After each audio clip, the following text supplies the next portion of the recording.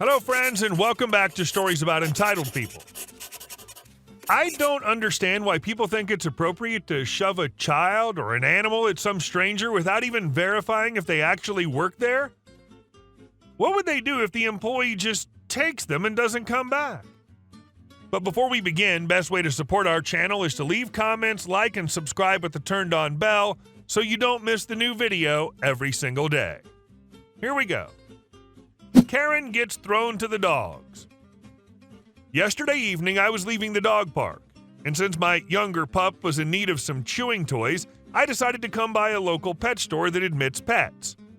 Due to the time, they weren't supposed to have many customers, but I still called in advance to ask if it was okay to bring my 2 dogs with me, and they told me yes. When I came in, there were only like 2 people, no dogs, and no employees nearby, so I took my time looking around. Now, the employees have a casual dress code with jeans, an apron, and wear a face mask and a face shield. I was wearing the same, minus the apron. Also, to paint the picture, my senior dog is medium-sized and thin, but very protective of me. And my pup's a bit bigger and stronger.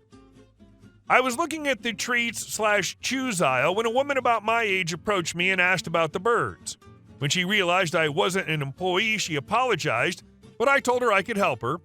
I'm a biologist and my mother works with birds, so I answered some basic questions about food and housing and showed her a couple of websites on my phone where she could find more info. She thanked me and went on her way. As I was going back to the dog toys, an older woman/Karen, carrying a small dog, like a Shih Tzu kind of thing, came up to me and started asking to have her dog groomed.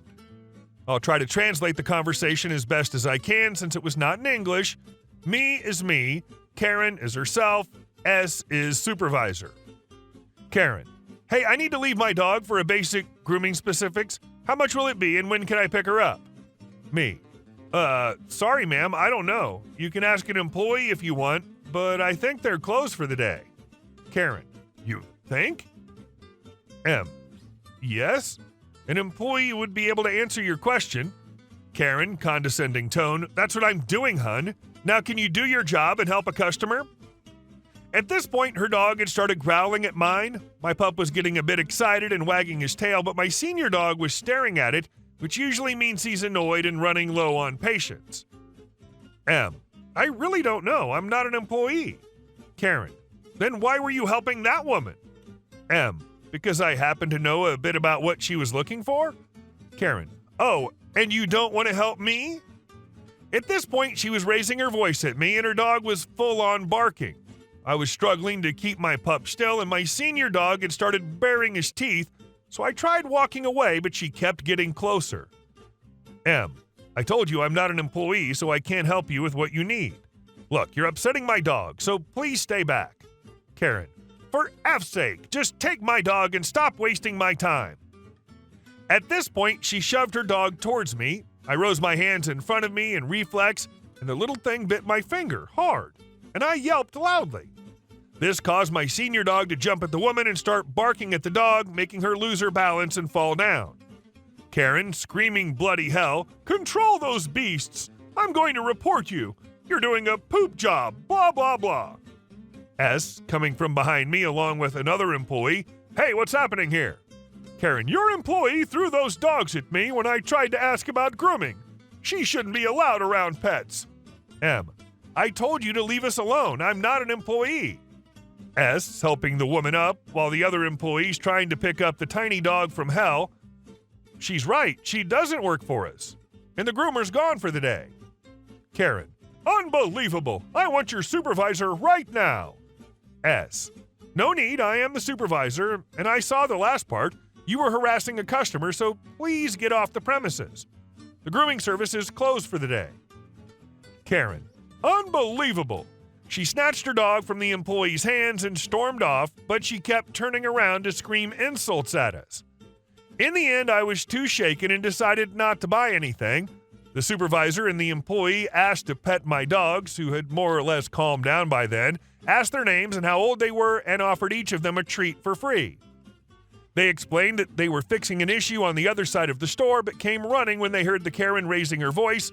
By the time I left and got to my car, the Karen was gone and I could leave in peace. If you're wondering, the pup's got extra treats and lots of pets and kisses.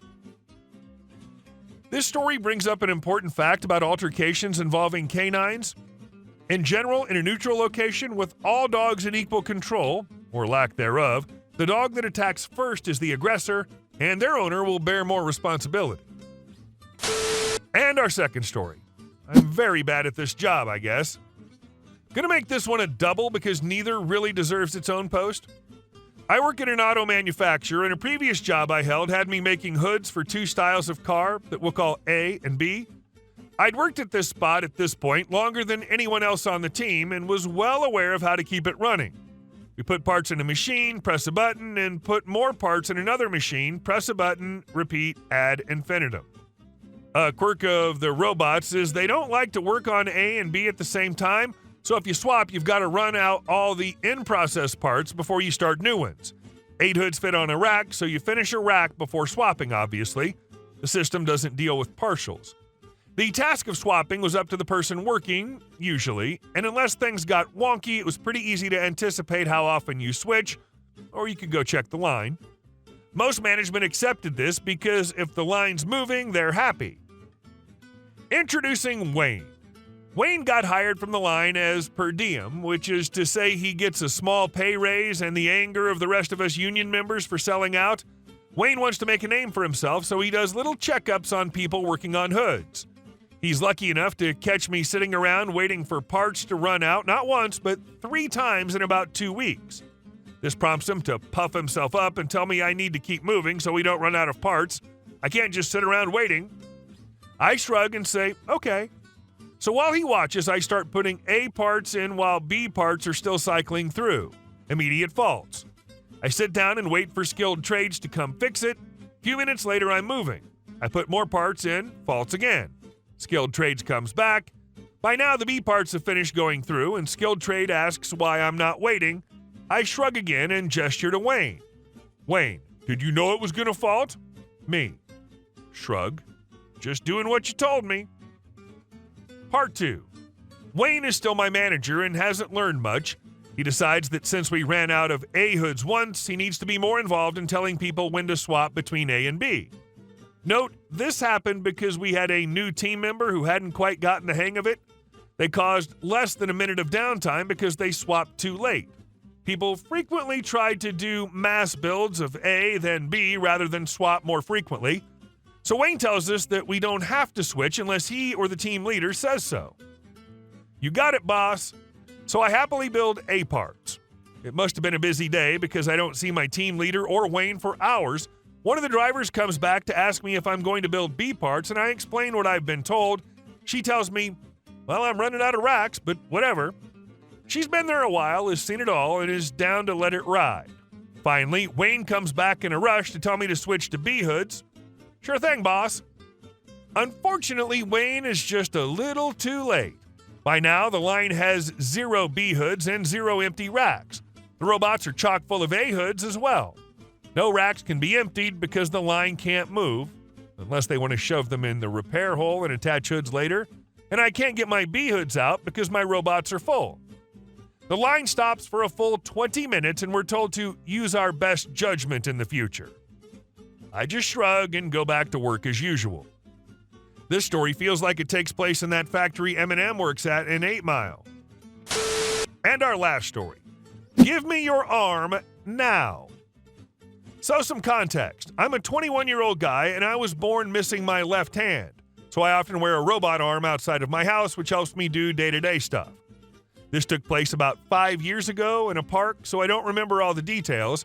I also apologize for any typos since English isn't my first language. EK, entitled kid. Karen, entitled parent. Me. It was a yearly amusement park happening for a weekend at that park, so I was there with 2 of my friends. We were going to take a break from the rides, and my friends went to grab something to eat. I wasn't hungry, though, so I simply sat down on the grass and scrolled through my phone. Cue the entitled kid. He seemed to be around 5 or 6. EK, what's that on your arm? Me, it's a prosthetic arm. I only have one hand, so it helps me pick things up. EK, oh, okay, can I use it? Me, I'm sorry, but it doesn't work that way. It was made to only fit my arm, so others can't use it. But you're free to look at it if you want. The entitled kid left, and I thought it was over since this happens to me quite a bit. Boy, was I wrong. He came back just about a minute later with his mom by his side, looking pretty pissed. My friend still hadn't come back as there were a lot of people and big queues to the food stands. Karen, excuse me, my son just said you wouldn't let him look at your arm. Me, he's free to look at it, I just told him that he couldn't try it on. Karen, yeah, well, my son is a really nice kid and deserves to have it. I bet you don't even need it anyways, you just want the attention. It'd be a great toy for him. It's his birthday today. Me, I already told you can't have it. It's mine and I need it. I only have one hand and I can't do stuff normally without it. I don't care if it's his birthday. Karen, how dare you? You probably have two hands. You just want money from the government, you little jerk. Me, go F yourself. I couldn't think of much to respond with and was done with her crap. At this point, the kid started just crying to his mom, yelling about how, I want it, Mom. And the mom was telling her little brat how he'll get it. She actually pulled off my prosthetic. Thank God my friends came back since I was actually getting really distressed by this whole thing. I also have really bad anxiety, so I often get panic attacks and have to take meds for it. So I was getting really triggered by this whole ordeal. My friend started yelling at her with a ton of people at the park who had gathered around and stared on. I'm guessing someone told a person who worked at the amusement park since an employee came, asked us what had happened. The security guards made her give me back my prosthetic and escorted the mom and brat away while she was still fuming and yelling at my friends, as well as shouting homophobic slurs. I don't know what happened after that, but I was super anxious and had to go home and rest for the day. Okay, phones, consoles, etc. I can sort of see being stupid enough to grab, but prosthetic limbs, wheelchairs, medic alert bracelets, etc.? What the hell is wrong with people? Hey guys, thank you all for watching the video. I'll see you in the next one.